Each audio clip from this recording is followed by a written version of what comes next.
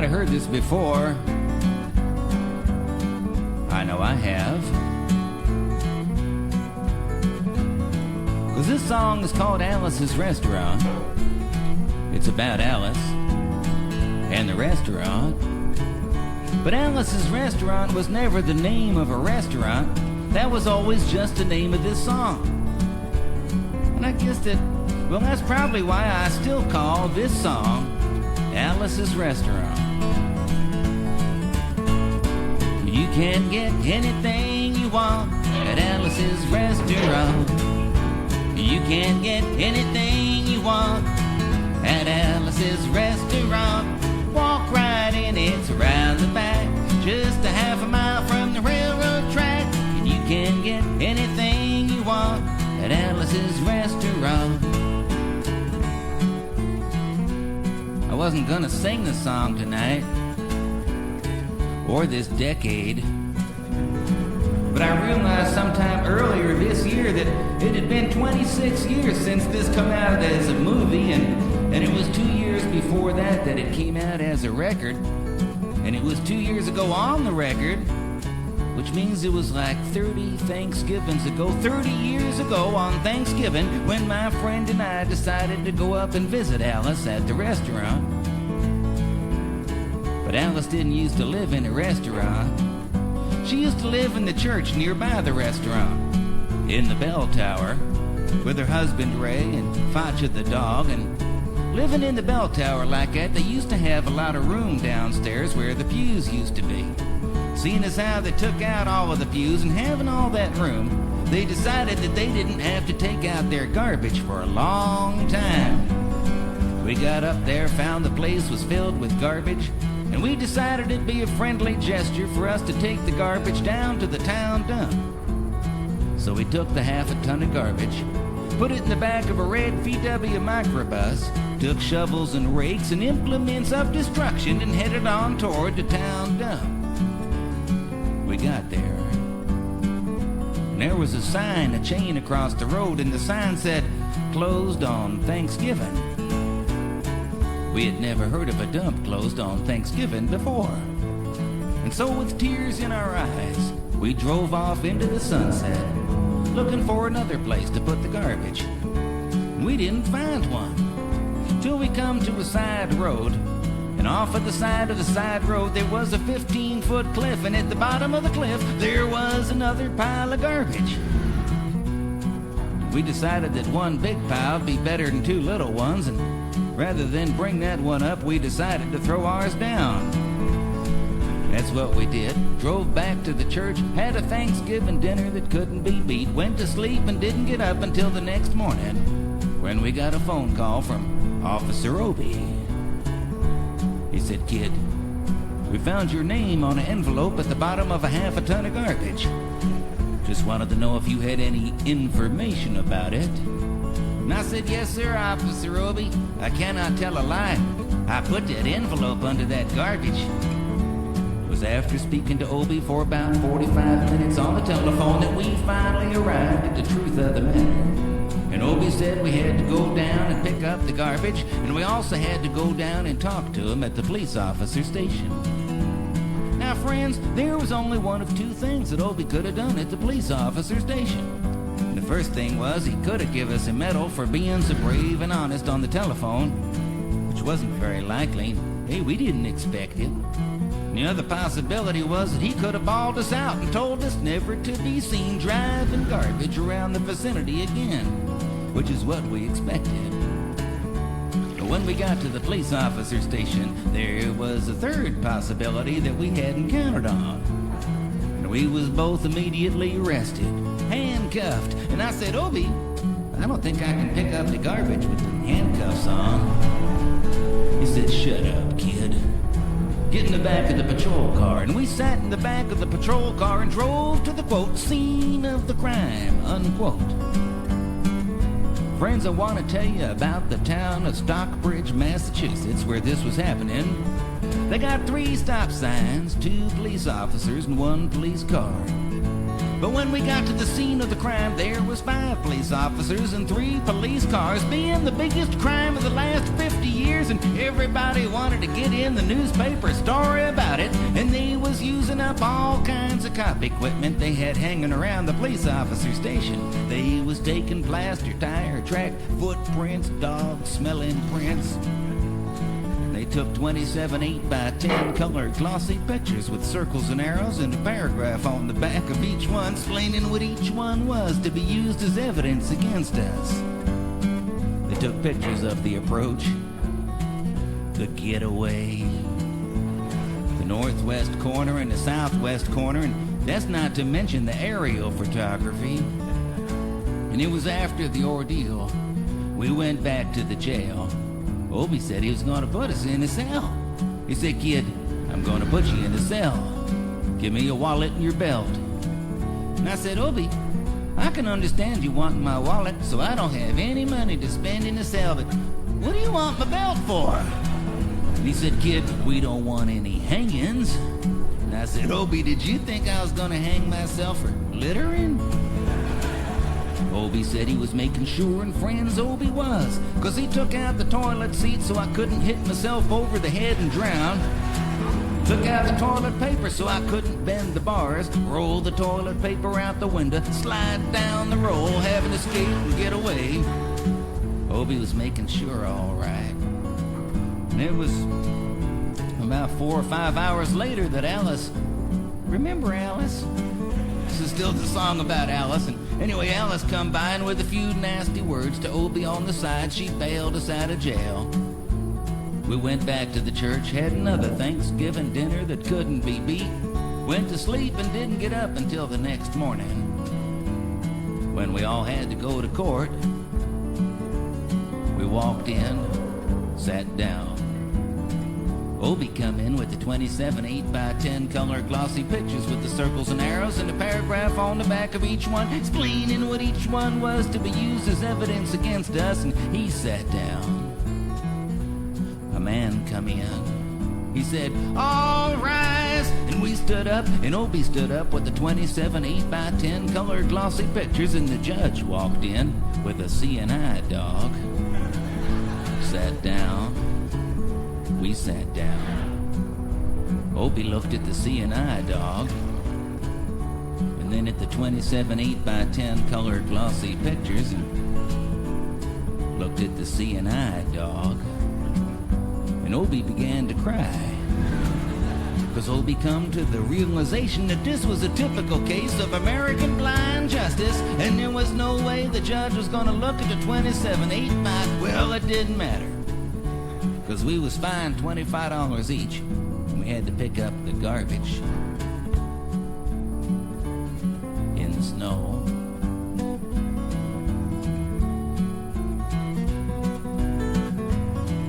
But that's not really what I come to talk about so much.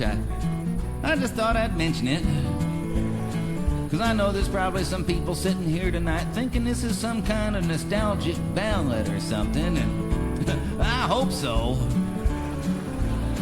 You never know, they still got that building down in New York City on Whitehall Street, and others like it all around America, and that's where you used to have to go get injected, inspected, detected, infected, neglected, and selected. And I remember I had to go in there one morning a long time ago for a physical examination. So I got good and drunk the night before, 'cause I wanted to feel my best when I went in that morning.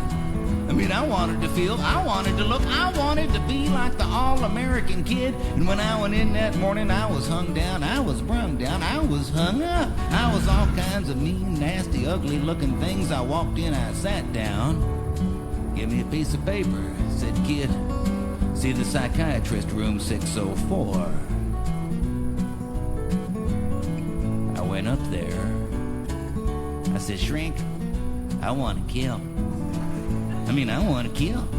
I want to see blood and gore and guts and veins in my teeth. Eat dead bird bodies. Kill. Kill, kill, kill." And I started jumping up and down, yelling, "Kill, kill." And he started jumping up and down with me. And we was both jumping up and down, yelling, "Kill, kill, kill, kill." till the sergeant come over, pinned a medal on me, sent me down the hall, said, "You're our boy." I didn't feel real good about it. I proceeded on down the hall, getting more injections, inspections, and all kinds of stuff that they was doing to me at the thing there. I was there for 2, 3, 4, 5 hours. I was there for a long time, going through all kinds of mean, nasty, ugly things. They was inspecting, injecting every single part of me, and they was leaving no parts untouched. And I proceeded through until I finally come to see the very last man. I walked up. I said, "What do you want to see me about?" He said, "Kid, we only have one more question. Have you ever been arrested?" And I told him the story of the Alice's Restaurant Massacre with 5-part harmony, full orchestration, all kinds of the phenomenon. He stopped me right there. He said, "Kid, did you go to court?" And I told him the story of the 27 8x10 color glossy pictures with the circles and arrows and the paragraph on the back of each one. He stopped me again. He said, "Kid, I want you to go over, sit down on that bench that says Group W."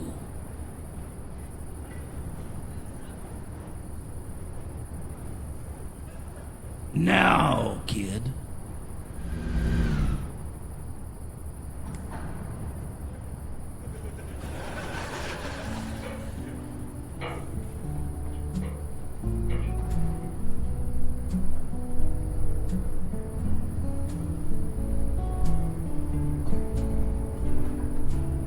I went over there.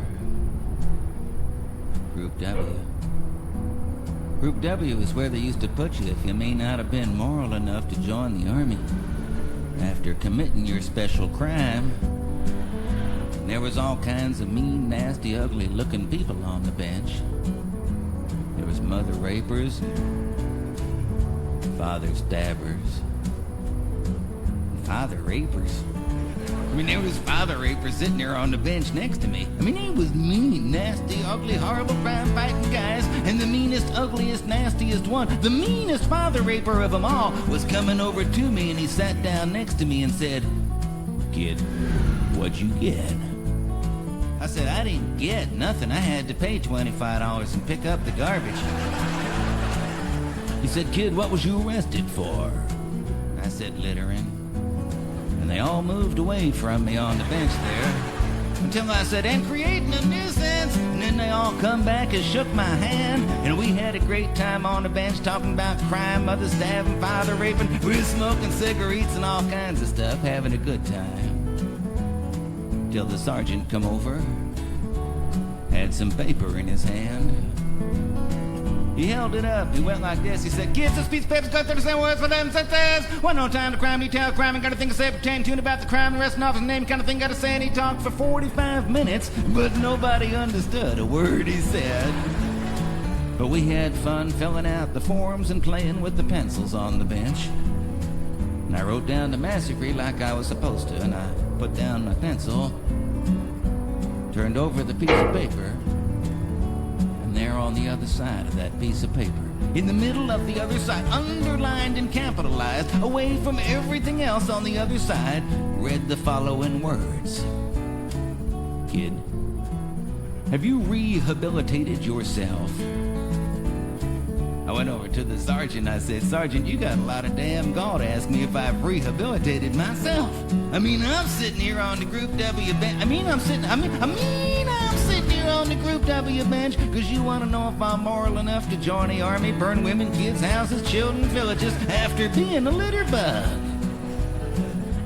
He said, "Kid, we don't like your kind. We're going to send your fingerprints off to Washington. And friends, somewhere in Washington, enshrined in a little folder is a study in black and white of my fingerprints. They're still there.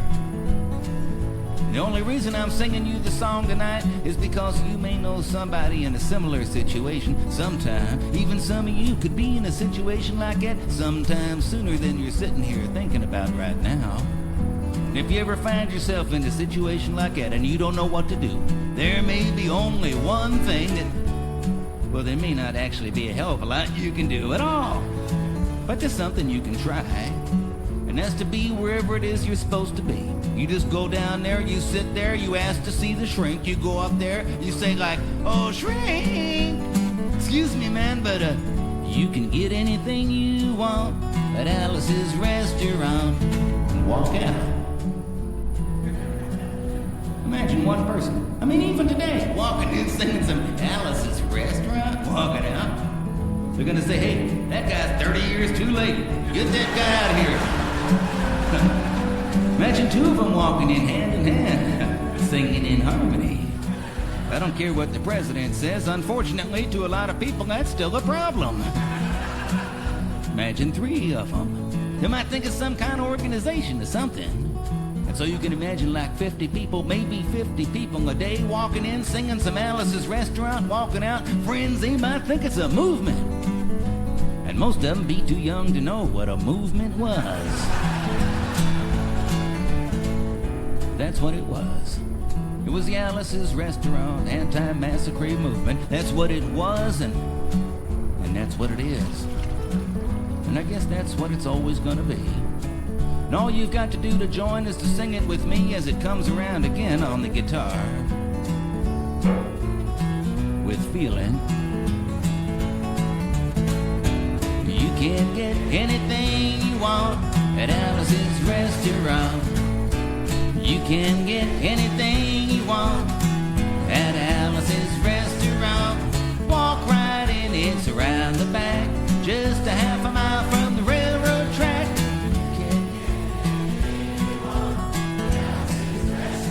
No. You can't start singing loud just at the end if I quit singing. You would have thought after all this time you'd have learned by now. If you want to end war and stuff, you've got to learn to sing loud all the time so people can hear you. Now, I know this is a long song. Believe me, I know how long it is. And even on the record when it come out, it was pretty long. What, 18 minutes, like I said, or something? I'm not sitting here trying to make it any longer, but I can feel it. I know there's people sitting in this very room tonight that don't believe that songs can change the world, or that songs can change the destiny of nations. I don't blame you. I wouldn't have thought so myself. Of course, I know something that some of you may not know, but I was reminded of it during the last election. See, I remembered back when Jimmy Carter was elected president, because I got an invitation to his inauguration, and I knew I had to go, because I knew it'd be the only one I ever got. Been right so far. But I went down to Washington, D.C. I'm not making this up now. This is real. I went down to Washington, and it's just like you see on TV, people partying and stuff, and everything was fine until along toward evening. Somebody come around, tapped me on the shoulder, and I turned around, and it was Chip Carter, the president's son. I said, "Hi, Chip." I recognized him. He was about my age. He said, "Arlo, I've been looking everywhere for you." I said, "Chip, how come?" He said, "Arlo, I've got something very important to tell you." And I said, "Chip, what is it?" He said, "Arlo,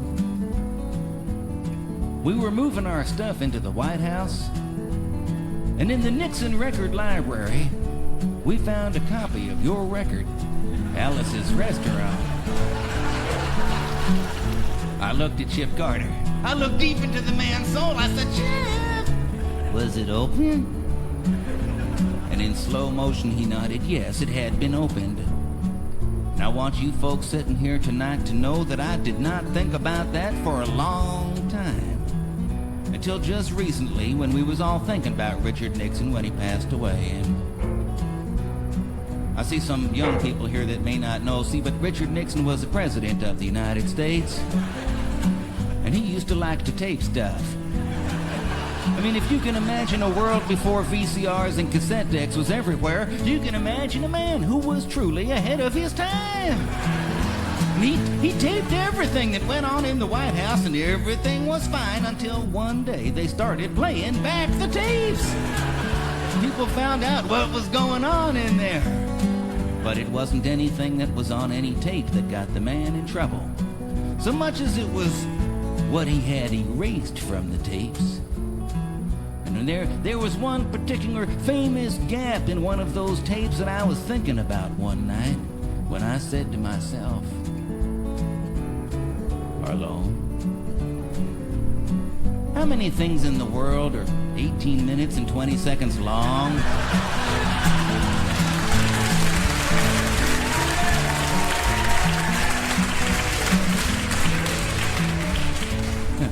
Well, how many things in the world are exactly 18 minutes and 20 seconds long?